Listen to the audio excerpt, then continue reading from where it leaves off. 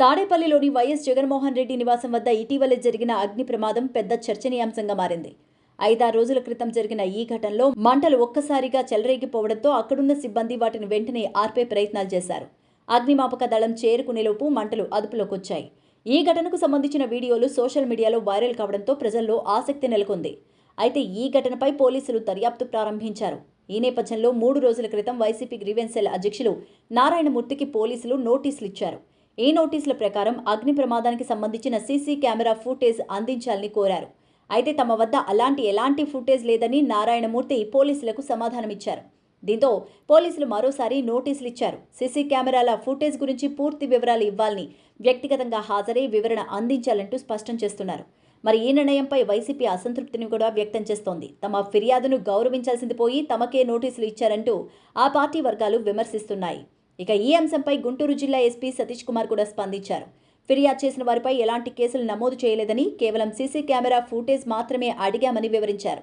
బయట ఉన్న కెమెరాస్ ద్వారా ఆధారాలు లభించలేదని, ఆ రోజు పార్టీ కార్యాలయానికి వచ్చిన వారిని గుర్తించేందుకు అక్కడ సీసీ విజువల్స్ అవసరమని చెప్పారు. ప్రభుత్వం మారిన తర్వాత జగన్ నివాసం వద్ద బారికేడ్లు, సీసీ కెమెరాలను తొలగించారని గుర్తు చేశారు.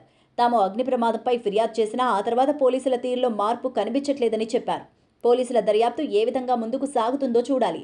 అగ్ని ప్రమాదానికి నిజమైన కారణం ఏంటి అనే దానిపై స్పష్టత రావాల్సి ఉంది. ఆంధ్రప్రదేశ్ కొత్త రాజధాని అమరావతి నిర్మాణానికి నిధుల కొరత ఇక నుంచి ఉండబోదంటూ స్పష్టమైంది. కూటమి ప్రభుత్వం అధికారం చేపట్టిన తర్వాత కేవలం 7 నెలల్లోనే నిర్మాణానికి అవసరమైన నిధులు భారీగా అందాయి. మొత్తం 26,000 కోట్ల నిధులు ఇప్పటికే రాష్ట్ర ప్రభుత్వానికి సమకూరాయి. ముఖ్యమంత్రి నారా చంద్రబాబు నాయుడు తన అనుభవాన్ని, పలుకుబడిని ఉపయోగించి రాజధాని నిర్మాణ పనులను వేగంగా ముందుకు తీసుకువెళ్లారు. ప్రభుత్వం ఏర్పడ్డ తర్వాత చంద్రబాబు కేంద్రంతో చర్చలు జరిపి రాజధాని అభివృద్ధి నిధులు వచ్చేలా చర్యలు తీసుకున్నారు. దీనికి సంబంధించిన మొదటి పెద్ద ముందడుగు వరల్డ్ బ్యాంక్ ద్వారా తీసుకున్నారు. గత బడ్జెట్ నుంచే కేంద్ర ప్రపంచ బ్యాంకు ద్వారా 15,000 కోట్ల మేర రుణం ఇప్పించేందుకు నిర్ణయం తీసుకున్నారు. ఈ నిధులకు కేంద్రం గ్యారంటీ ఇవ్వడంతో ప్రపంచ బ్యాంక్ ఎలాంటి అభ్యంతరం చెప్పకుండా ఈ మొత్తాన్ని విడుదల చేసేందుకు అంగీకరించింది. అంతేకాదు, ఆసియన్ డెవలప్మెంట్ బ్యాంకుతో కలిసి వరల్డ్ బ్యాంక్ ఈ మొత్తం ఇచ్చేందుకు సిద్ధమైంది. ఇక ఇప్పటికే ఈ నిధులు విడతల వారీగా ఏపీ ప్రభుత్వానికి అందుతున్నాయి. ఇదిలా ఉంటే రాజధాని నిర్మాణానికి మరిన్ని నిధులు సమకూర్చేందుకు చంద్రబాబు మరో కీలక నిర్ణయం తీసుకున్నారు. కేంద్ర ప్రభుత్వ రంగ సంస్థ అయిన housing and urban development corporation limited ప్రతినిధులతో కూడా చర్చలు జరిపారు. ఈ చర్చలు విజయవంతం కావడంతో హడ్కో అమరావతి నిర్మాణానికి 11,000 కోట్ల రుణాన్ని మంజూరు చేసింది. ఈ రుణానికి సంబంధించిన పత్రాలు మంగళవారం ఏపీ ప్రభుత్వానికి అందాయి. హడ్కో ప్రతినిధులు ఎస్ఎం శ్రీనివాస్, కె విజయకుమార్ అమరావతికి వచ్చి సిఆర్డీఏ కమిషనర్ కన్నబాబుకు మంజూరు పత్రాలు అందజేశారు. దీంతో ఇప్పటివరకు అమరావతి నిర్మాణానికి 26,000 కోట్ల నిధులు మంజూరైనట్టుగా అధికారికంగా ధృవీకరించారు.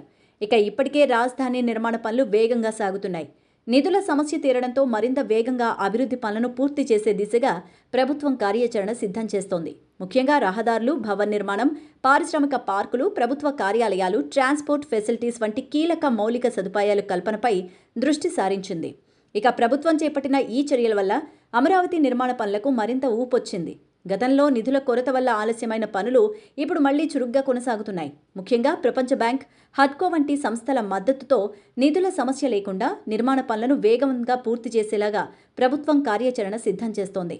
ఇప్పటివరకు జరిగిన ప్రగతిని పరిశీలిస్తే రాజధాని నిర్మాణం కొత్త దశలోకి అడుగుపెట్టిందని చెప్పొచ్చు.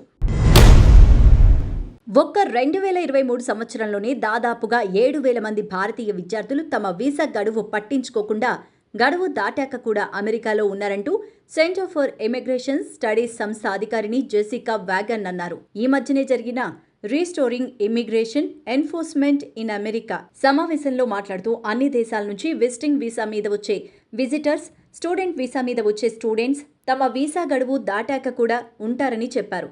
2023లో ఇలా గడువు దాటాక కూడా అమెరికా వీడని భారతీయుల సంఖ్య దాదాపుగా 7,000 ఉందని ఆమె ఈ సమావేశంలో తెలిపారు.